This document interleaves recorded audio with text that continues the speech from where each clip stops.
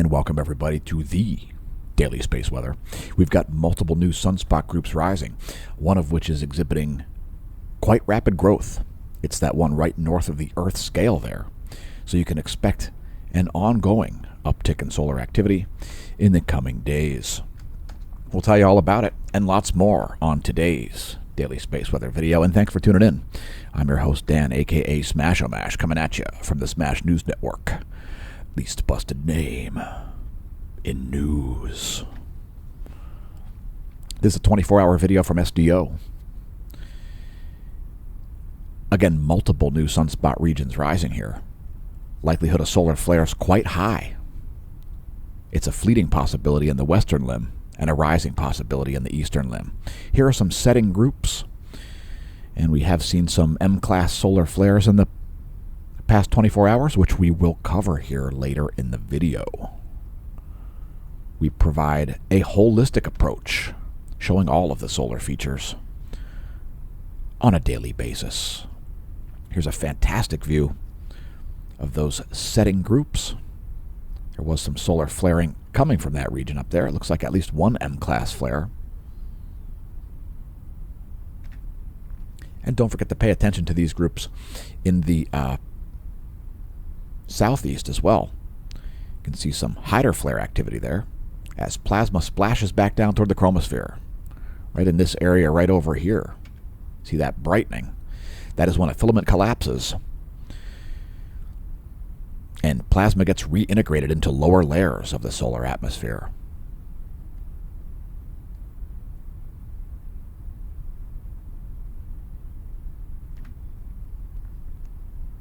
We've also got a massive plasma filament, which we'll show you in greater details. It looks like it is getting less stable.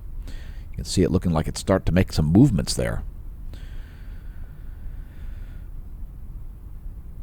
And we even provided a name for that one. We've been naming filaments after living people. You can name filaments after living people as well. They don't even have to be, they can be brain dead, they can be brain alive. Doesn't matter. As long as they're technically alive. We encourage it, so make sure you join us on social media. So let's take a brief look at sunspots here, and we do have some interesting stuff to talk about here. Look at all the umbrae that are behind this sunspot. Let's zoom in a little bit here. Look at how many umbrae are there. There are like 100 sunspots back there. They're all small, but still, that is a really large number of individual pores. That is yesterday plus today from SDO Continuum wavelength. Here's your SDO magnetogram. You can note the rapid growth of this sunspot that we talked about kicking off the video. And yeah, it's a major solar uptick coming here, folks. So we've got a lot more groups rising than setting at the moment. And let's talk about some more stats. Before we do that, let's take a moment to take a look at volcanic activity. So here's this Fagradalsfjall complex cinder cone here, which is slowly burying itself. Magma's becoming lava and then turning back into magma, and then over here becoming lava again and then turning into magma again. It looks like that eruption is slowing down there. The lava flows have diminished, but there still is apparently some lava flow down here. Also, we've got Mount Awu showing up on the list. We'll talk about that in a minute. First, Ibu is erupting. Yeah, Ibu on Halmahera, Indonesia. It's producing a 6,000-foot plume of volcanic ash. Krakatau also exploding. Flight level 020. It's a 2,000-foot ash plume over Krakatau. Semeru exploding. Flight level 140. It's a 14,000-foot ash plume over East Java, Indonesia. And Awu, if you're not familiar with Sulawesi and where it's located, it is located right there, south of the Philippines. That's North Sulawesi right there.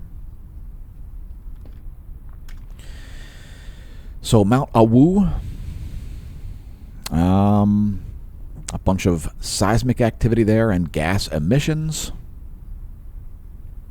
The possibility of a sudden phreatic explosive eruption and pyroclastic flows.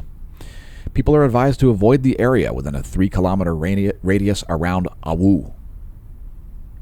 Shishaldin continues to erupt there in the Aleutian Islands there. It's produced a 15,000-foot plume of volcanic ash. It's a flight level 150 over the Aleutians from Shishaldin. San Chiquito, no recent volcanic emissions observed. Could be erupting in Guatemala. I'm not exactly sure. Fuego definitely is erupting in Guatemala, producing a 15,000-foot plume of volcanic ash. Please do not pole vault the caldera. Nevado del Ruiz, also exploding. Flight level 200 over Colombia from Nevado del Ruiz. It's a 20,000-foot ash plume. 21,000-foot ash plume over Sangay in Ecuador. 15,000-foot ash plume over Revenador in that same country. Sabancaya in Peru exploding. Flight level 240. And Ubinas in Peru exploding, flight level 180. That's an 18,000-foot ash plume. Next, we'll look at seismicity. There was a 6+ magnitude quake in the past 24 hours.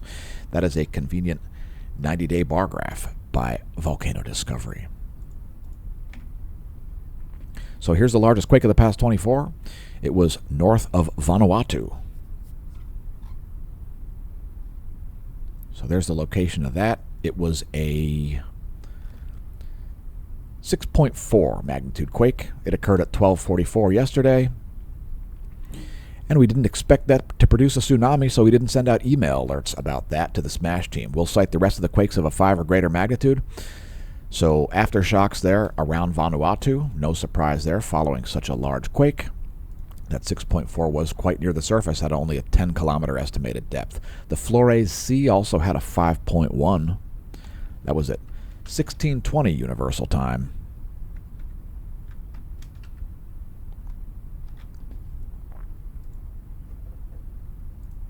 Also, Loyalty Islands region had a 5.0, so quite a bit of activity there north of New Zealand. Also, Philippines had a 5.2. So quite a bit of seismic unrest there around Oceania. Vanuatu also had a 5.1. That looks like an aftershock as well. Tonga had a 5.5. So keep in mind, folks, any of these quakes could be foreshocks. Just be aware of that. Any quake could be a foreshock. There's a 5.5 at Vanuatu. Looks like an aftershock there, hopefully. 5.3 at Vanuatu at 3 o'clock this morning. 5.0 at Vanuatu at 9:30 Universal Time this morning. And finally, a quake someplace else of a 5+ magnitude, a 5.3 there. Northeast of Japan. That was at 11:06 this morning, Universal Time. Let's get back to space. Here is the past 24 hours from the ever-popular SDO. Yeah, the Smash News Network, least busted name in news' favorite telescope, the SDO. Yeah, it's got a lot to tell us about perhaps cosmology. That is ionized helium, 304 angstroms. And it's a 24-hour video, by the way, if you're wondering the time period. We show 30 frames per second on most of our videos. And let's move to the 10.7 centimeter radio flux. It is now at 167 solar flux units. And the 10.7 centimeter radio flux, if you're not aware, if you're new to the channel, congratulations on realizing the channel exists. The 10.7 centimeter radio flux comes from this area right here, the upper chromosphere and lower corona, a very important transition zone in the closest star's atmosphere. Anyway, there's the 1-year graph. It looks like it needs a refresh, but it's going to be 167, so it came down a little bit. Don't expect that to last. It's going to come up sharply, along with the sunspot number in the coming days. Expect the sunspot number to be back up around 200 once again, vastly exceeding the maximum sunspot numbers of solar cycle 24. Yeah, solar cycle 25, it looks nothing like solar cycle 24. If you were very worried about the sun shutting down, stop worrying, because it just isn't. If you thought it's a grand solar minimum, all of the facts that we cover daily on the channel dispute that. Anyway, NOAA forecasting some geomagnetic unrest tonight, surprisingly, from a possible transient CME impact. So We didn't forecast that one, but maybe NOAA saw something we didn't see. You never know. So fingers crossed for that. Maybe we'll see some aurorae. Geomagnetic unrest forecast tonight, starting around 1500 Universal Time on today, Thursday, July 27th. And let's take a look at Earth's magnetic moment from space. If you were very concerned about Earth's magnetic field shutting down, here's something that should calm you down a little bit. It's Earth's magnetic moment from space. It looks perfectly fine. And yeah, that's the last 4 hours. We've got very homogeneous magnetohydrodynamic pressure here at the moment.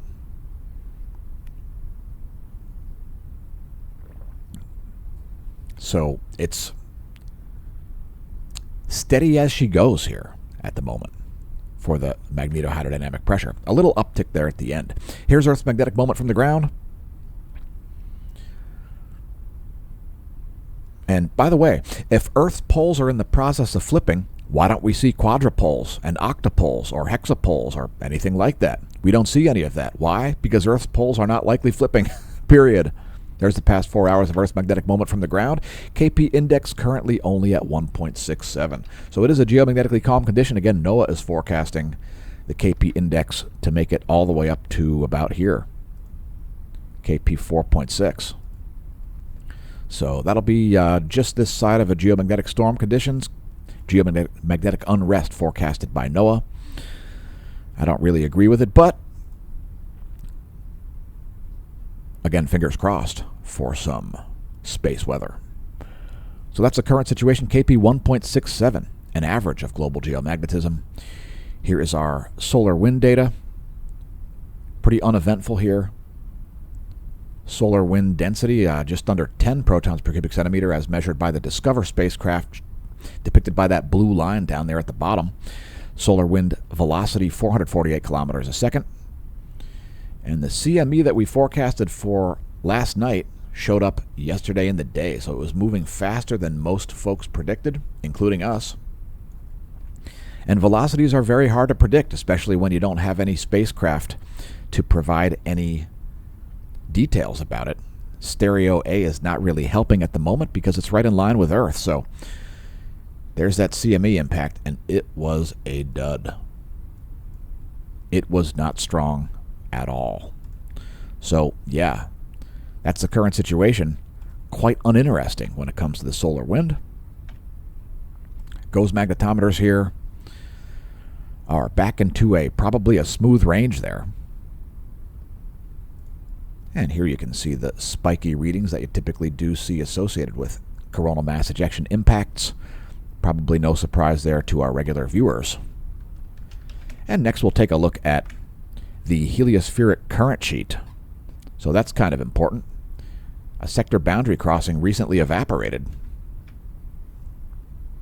And Earth has snapped into a south pole current sheet. So there is a magnetic tug-of-war going on in the northeastern limb, which we'll talk about here momentarily. We've got coronal holes of both polarity on the Earth-facing portion of the solar disk, and that will cause you to continue to see these changes happening with respect to the heliospheric current sheet's polarity. So here's the last image. So Earth has just recently snapped into a south pole current sheet. It's not going to last very long, as there is a north pole current sheet possibly less than a day away. So I suspect by tomorrow's daily space weather video, Earth will still be in a south pole current sheet, but we'll have to wait to see what happens. This will depict the last 4 days. So there's the current situation. Earth just having recently moved into a south pole current sheet. Here is our line of sight field plot. Solar B field in blue. Photosphere magnetogram in grayscale. And of course, polar fields in green for north and red for south. There's the latest image. That's the current situation. Looking a lot more like solar maximum than it was earlier this year, when some people were claiming that we were already at solar maximum. Do you remember certain YouTube channels saying that we're at solar maximum when we were at 170 sunspot number and 170 for the 10.7 centimeter radio flux. Anybody remember that? How did that work out? We were providing accurate forecasts back then. Let us know in the comments how accurate those forecasts of 170 being the solar maximum, where we'd only go down from there. Remember that? I think like a month later we were at 230. Anyway, here's our line of sight coronal hole plot. Again, we've got coronal holes of both polarities here. So there is a magnetic tug-of-war happening just south of the Nicki Minaj plasma filament right down here. You can see those coronal holes, whoops, going away and coming back. They're trying to decide whether they're north or south pole oriented. Keep in mind, folks, the solar polar field reversal process involves the North Pole moving to the south and vice versa. The coronal holes show us that. And we've still got a ways to go to solar maximum. It's continuing to ramp up, folks. It is an exciting solar cycle indeed. And let's take a look at coronal holes here. Here is 211 angstroms from SDO.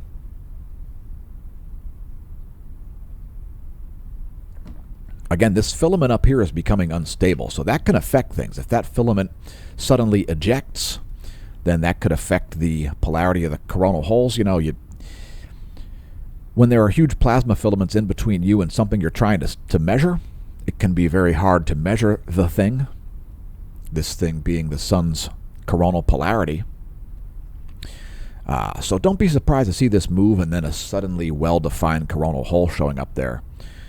Fingers crossed for this turning into a coronal mass ejection. And there's the latest image. So you can see, let's see, North Pole coronal holes, except for in the northwest. So these are South Pole up here, and all of the rest of these are North Pole.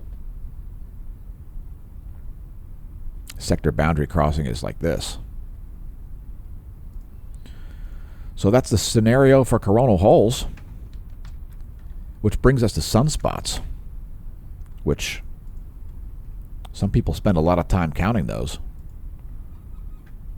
And that is challenging, shall we say. So let's take a look at our flare monitor first. Let me get that set up for you here. Give me a minute. Actually, let's show a fantastic close-up of the SDO. There is the SDO Continuum that depicts yesterday, July 26th, and today, July 27th. Once again, look at all the umbrae that are back here. There are just dozens and dozens of pores back here behind this sunspot group.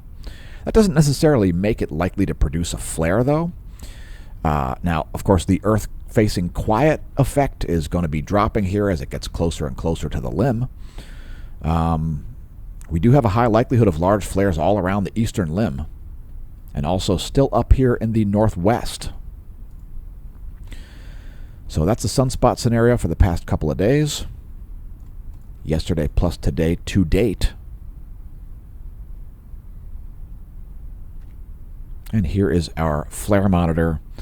And yeah, we've got multiple new groups here. So it looks like I think 3 new named sunspot groups are going to show up in the east, and that will raise the sunspot number. Let's see, that'll add like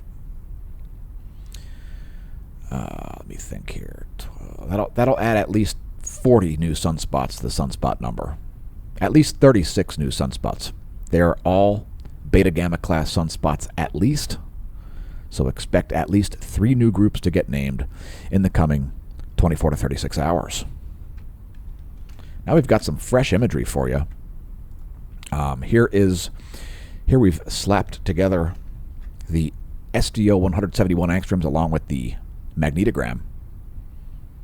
Does a great job of showing you the way the plasma aligns to those magnetic fields. Yeah, plasma, it's not magic, folks. You know, I had to exit the electric universe cult because people seem to think plasma is magic. Plasma aligns to magnetic fields, period. Now, as a cloud of plasma moves through space, it does have its own magnetic field. But that plasma there, that is suspended defying gravity because of the sun's magnetic fields. Otherwise, it would just be pulled back down toward the chromosphere. So let's get off of that and show this, 1600 plus 1700 angstroms.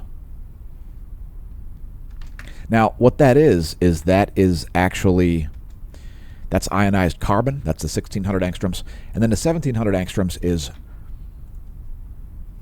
it's kind of like a continuum. It doesn't feature, it's not a specific chemical spectra. So 1700 angstroms is like the pinkish color on the SDO AIA information.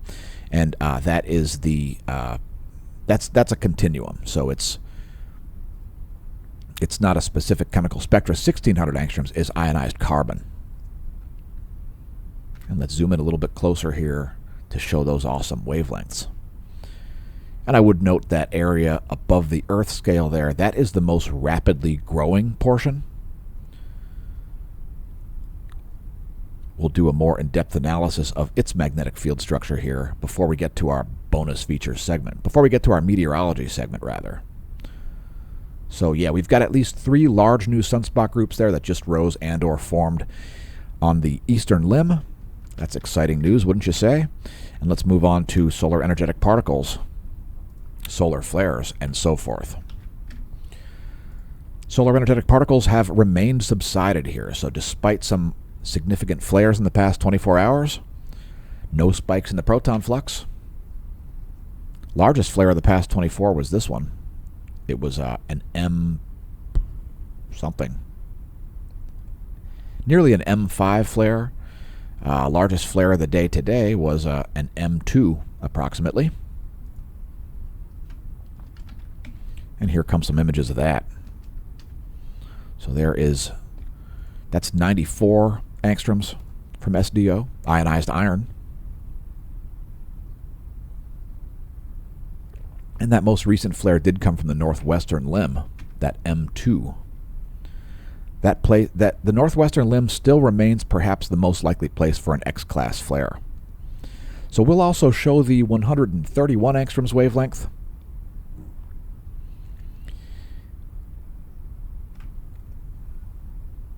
The other SDO wavelength specifically designed to observe solar flare activity. It takes 10 images per minute instead of only 2.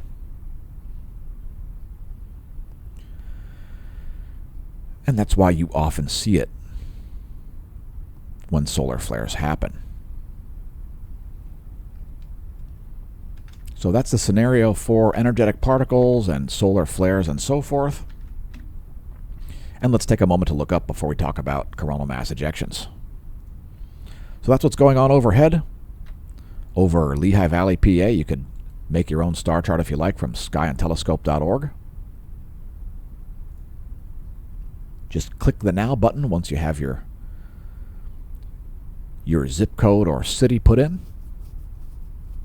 We've got the sun there in Cancer. Saturn setting around the western ecliptic. Jupiter up there near the apex of the ecliptic. And not to sound like a broken record, but if you are viewing the dusk sky, you might be able to see Mercury, Venus, and Mars. Mercury, especially if you have a low horizon and low light pollution. Next, your solar system forecast. Here's where things are today. We'll move this ahead 1 week. There's where things will be in a week. And I guess people are going to say that Saturn, the Moon, Earth, Venus, Mercury, and Mars being in a line is very scary. Oh, noes, folks, it's going to kill you. Those bodies have only been doing that for billions of years. But this time, something spooky is going to happen, folks. Something spooky is going to happen. You heard it here first at the Smash News Network, the busted name of news. Pardon my sarcasm. That's where things will be in a week. Here comes some coronagraphs. This is 105 frames from yesterday.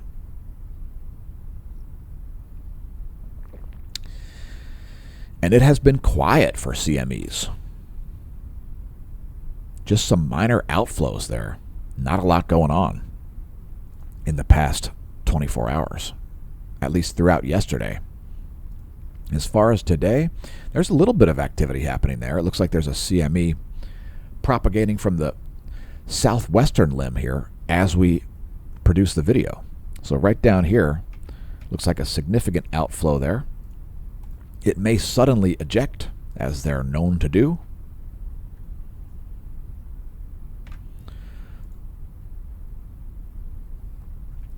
Here we've added Soho Lasco C3.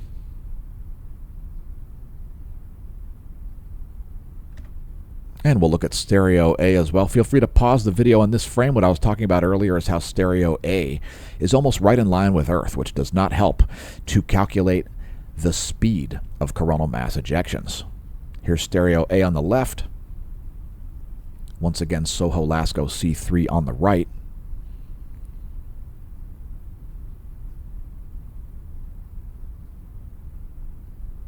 And so there is a CME happening as we make the video. You can expect to see that propagate from the southwestern limb. So here come our custom coronagraph images. We also include 193 angstroms because that does help us to forecast whether coronal mass ejections are headed toward Earth or not. So let's get in a little bit closer here.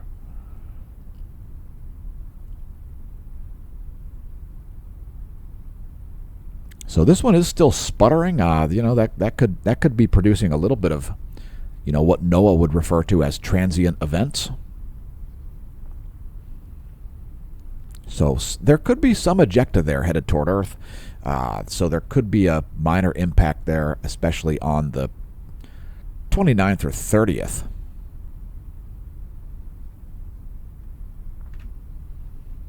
So especially down here, there's definitely some plasma undulations happening down here. Some of that could be headed toward Earth. It is distinctly possible. Very hard to tell there, especially with stereo A being right in line with Earth. So here's a little closer view of that.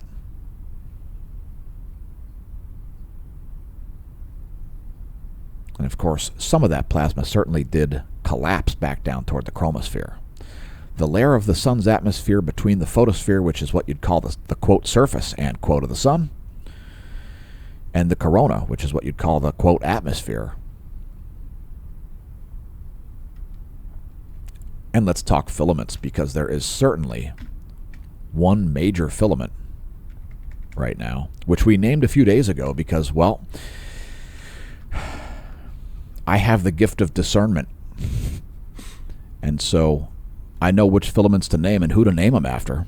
Now, this one I named Nicki Minaj just to anger our viewers, because I figure our viewers probably do not like Nicki Minaj. Check it out. It's getting unstable.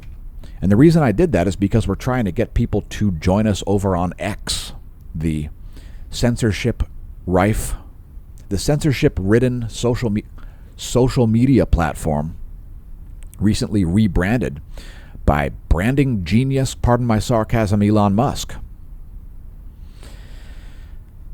That filament looks like it is about to either collapse, reorient itself, or blast off into space. We're hoping for choice C, that it blasts off into space. And let's take a look at filaments here in some greater detail. So here we've put together 304 plus 193 angstroms. Because, well, it shows great detail and great depth in the sun's atmosphere. Man, that is one large filament indeed. Here's a little closer view of it. The full equatorial zoom. That's a pretty sweet money shot. How about if we get even closer? Here is the full zoom of the Nicki Minaj filament. And right at the end there, you'll see it start to certainly look like it's getting unstable.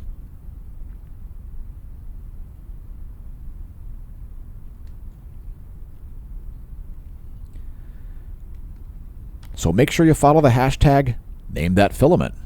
If you want to name filaments after living people, join us over on Twitter. Or X. Yeah.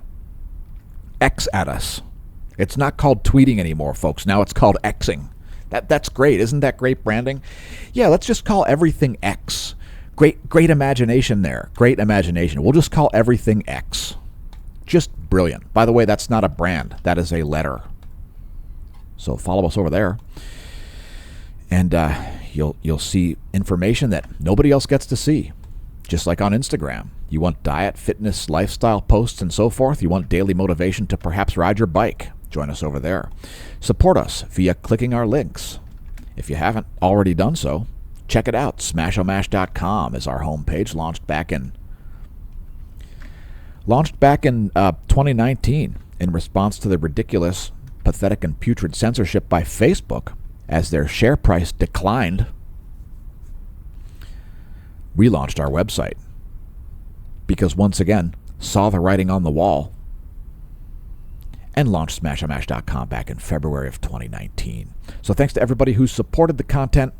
Again, check out our homepage if you haven't. You can find links to our Redbubble shop, the Smash Team site.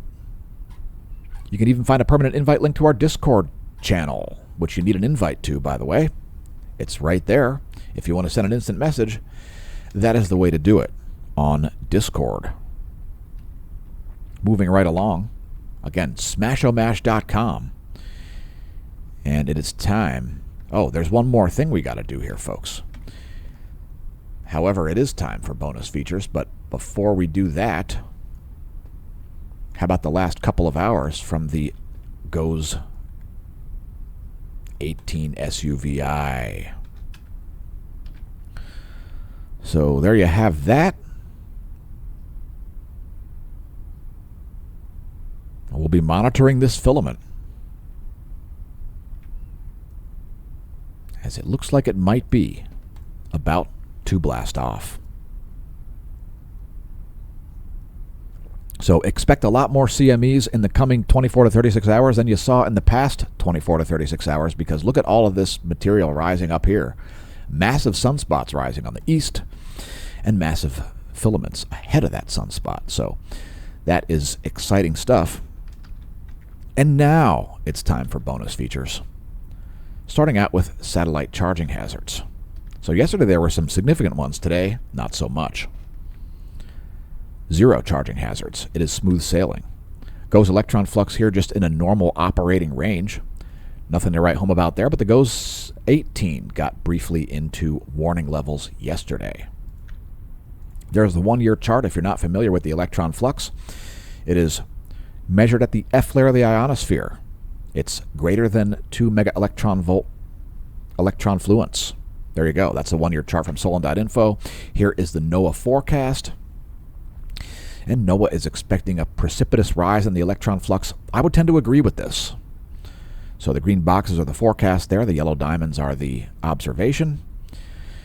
And again, that is measured at the F layer of the ionosphere. We show this daily because a lot of people on the internet are not familiar with the penetration of electromagnetic radiation into the atmospheric layers.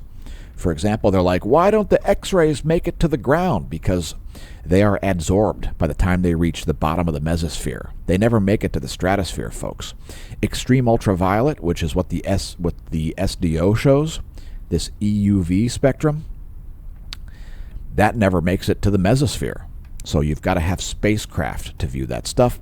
Although many of the structures are visible from the ground level, you can't see 304 angstroms wavelength from the ground. You've got to be above the mesosphere for that.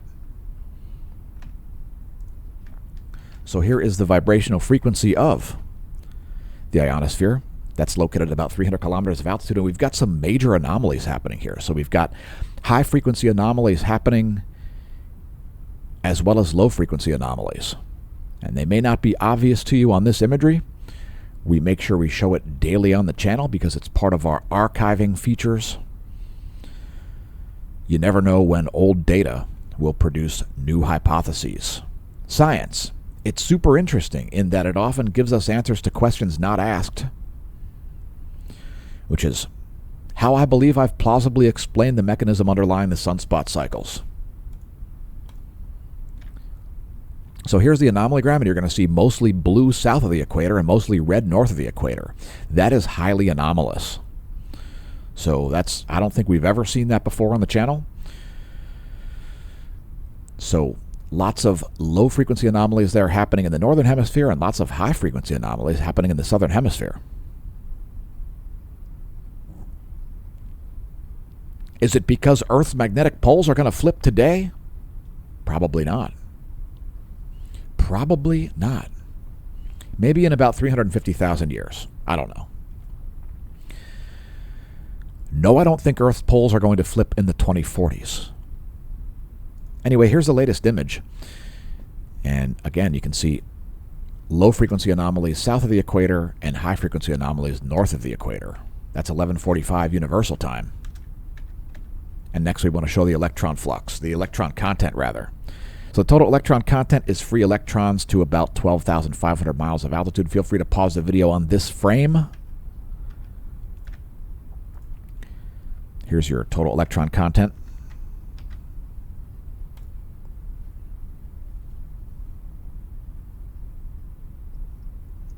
And things are actually getting a little bit more orderly here with higher, more normal levels of electron flux. So you'll see more anomalies in this when you see low electron flux. So GPS errors here a little bit less than they were in the past week or so. We were seeing some significant total electron content anomalies. That's free electrons from ground level to the location of your GPS handset, your GPS satellite, around the inner portion of the outer Van Allen belt, which is at about 12,500 miles of altitude. Here's an anomaly from the 10-day average over North America. This depicts low electron content anomalies in blue and high electron content anomalies in red.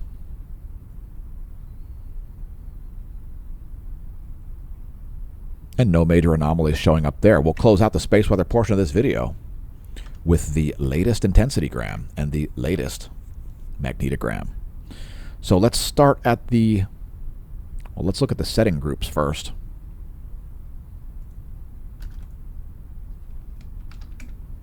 So those groups have been producing some flares. Indeed, the likelihood of an X-class flare remains for those groups. There are the magnetic fields.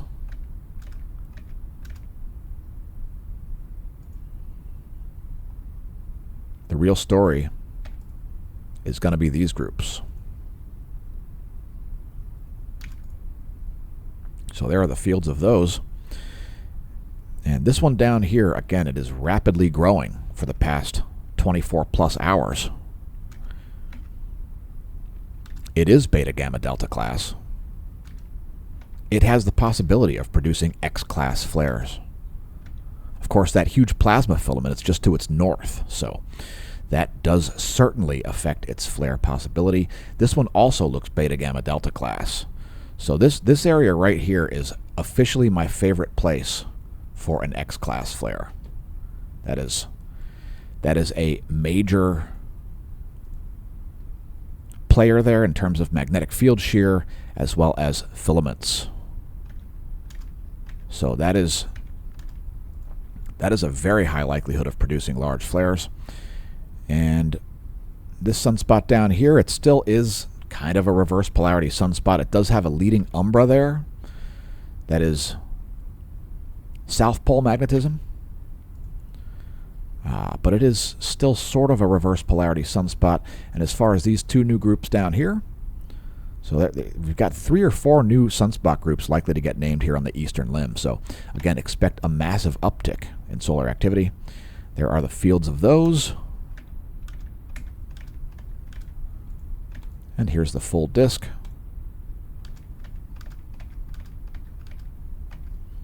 Which brings us to meteorology. Now, we used to combine the videos. I mean, we used to separate the videos. So, we were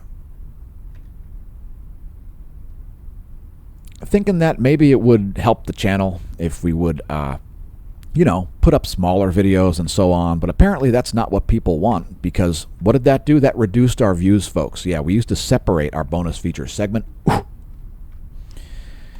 and have little sections of the space weather videos, and then have a meteorology segment separate, but it showed less views on YouTube, so end of story. We got rid of it. Now we're going wave chasing to start out our meteorology segment, and we're following the world's largest waves, and some of the world's largest waves here are south of Taiwan. Honorable mention there for some 36, nearly 37-foot waves down there, as this tropical system hangs out in between Philippines, Taiwan, and China. So yeah, however, those are not the world's biggest waves, not even by a long shot. The world's biggest waves are down here, west of the Drake Passage. So we've got some 40-footers down there with nobody to enjoy them, most likely. That is a very desolate part of the world, folks. Not a lot of shipping around the South Pacific. We've got lows on both sides of the Drake Passage, which also does not mean that the world is ending. Yeah, that's not the apocalypse either, folks. It's not the apocalypse.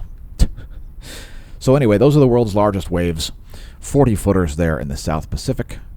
And let's change this up to show the world's wind patterns.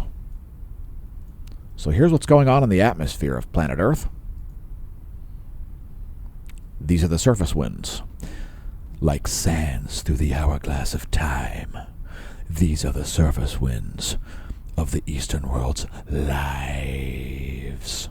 These are the jet streams of the eastern world, blowing backwards over northern Oceania and the northern Indian Ocean. Here are the jet streams of our side of the planet, the west side.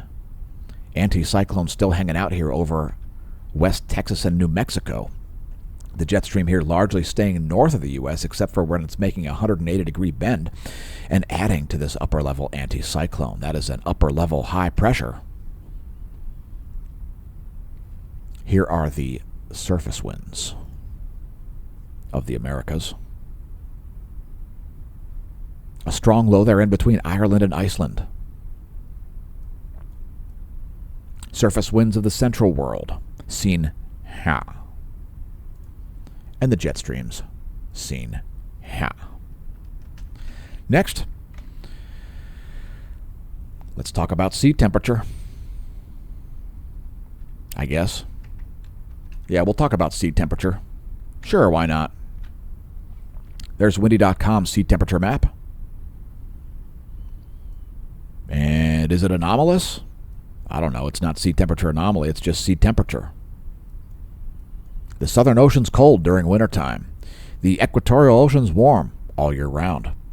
The Northern Oceans look kind of cold here for summertime. I don't know. Am I wrong? Doesn't it seem kind of cold up here? What do you got? 53 degrees up there. 48 degrees down there. I don't know.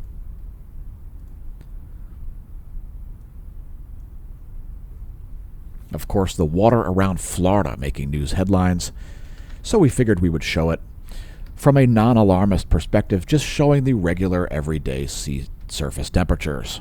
Next, we'll show clouds and fog for the Americas.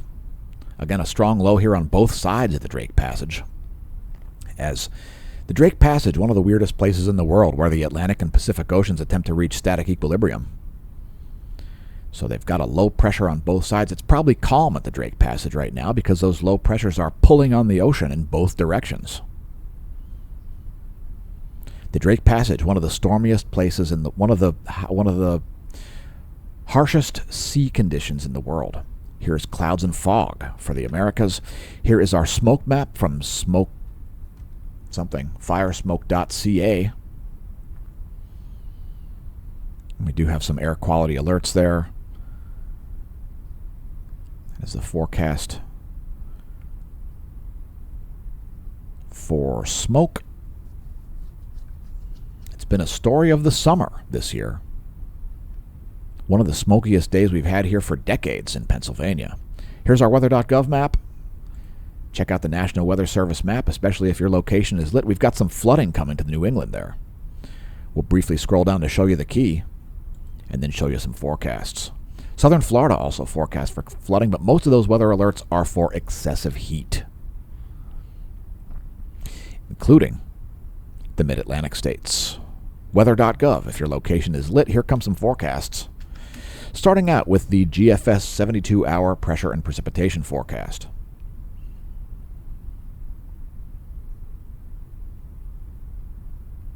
Most severe weather in the next 3 days expected to strike around the Michigan-Canada border, the eastern border. Here is your jet stream forecast. Again, the jet stream largely staying north of the U.S. here. And that is why, that's part of the reason why you've got convective systems taking over the southern part of the U.S. and preventing cold air from making its way down into the U.S. Here's your temperature anomaly forecast based on the same model, the GFS 72-hour. Keep in mind this is in degrees Celsius, and the hottest parts of the country as far as temperature anomaly go will be places like Iowa, Missouri, Michigan, Minnesota, Illinois, and also the western states. Also some rapid temperature variations happening there in places like Iowa. You'll go from like a, geez, check it out. It's going from 6 degrees C below normal to 12 degrees C above normal. That's your 72-hour GFS temperature anomaly forecast in degrees Celsius. We've also got lightning. So there's the mapper. It's showing the group energy distribution there from the, that is the GOES satellite. One of the many GOES satellites. And here is the current lightning map.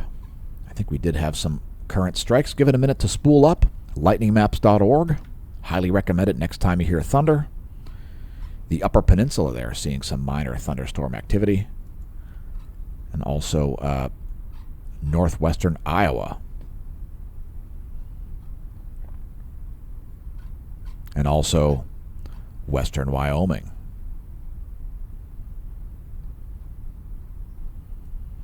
So that's the current situation.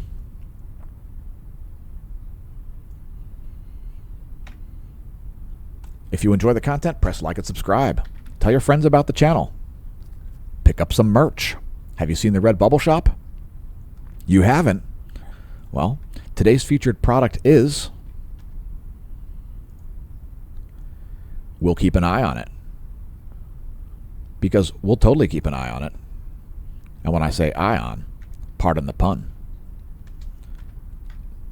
This product features an ultra-high resolution image of the closest star from back on the 14th of July.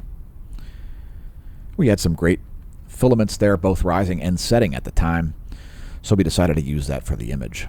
This was based on a viewer request, by the way, and it's something that we say regularly on the channel. We'll keep an eye on it. Because 171 angstroms is showing iron ions. It's a bunch of hot iron gas. Hopefully your space weather content isn't just full of hot air. So it does come in various different products here. And if you get that on something big, it will have fantastic detail. The image we use there for the sun is like 4,000 pixels by 4,000 pixels. If it looks very high res, it indeed is. So keep an eye on it and help support the channel. That way it also has the YouTube channel linked right there on the products. If you want to support the channel via subscription services and get extra content, become a member of the Smash Team. Smashomash.com/Smash Team. Shout out to Smash staff. Give her a raise by becoming a gold annual paid-up subscriber, for example. And for everybody who's viewing these videos and not helping at all keep these videos existent, you should be thanking the Smash Team, especially the Gold and Silver Smash Team members. They are benefactors of this content. There's also a bronze level, and we send out email alerts to all the levels, especially for things like natural disasters. Again, additional content there for gold and silver Smash Team members. Let's close this mother out with some Doppler radar. There is the current lower 48. We'll briefly show the full 50 states view. There you go.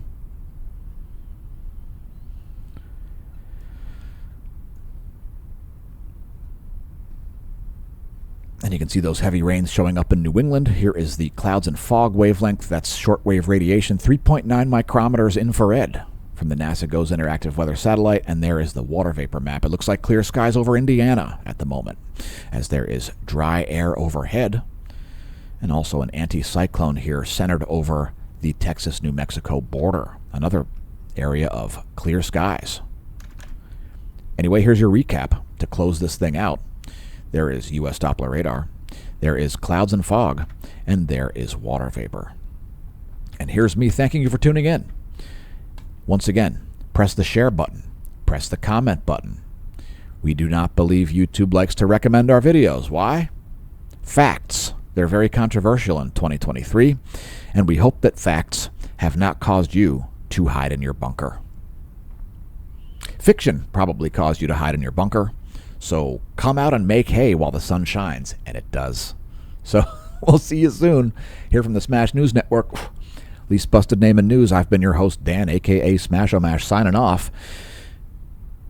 And may that solar wind be at your back.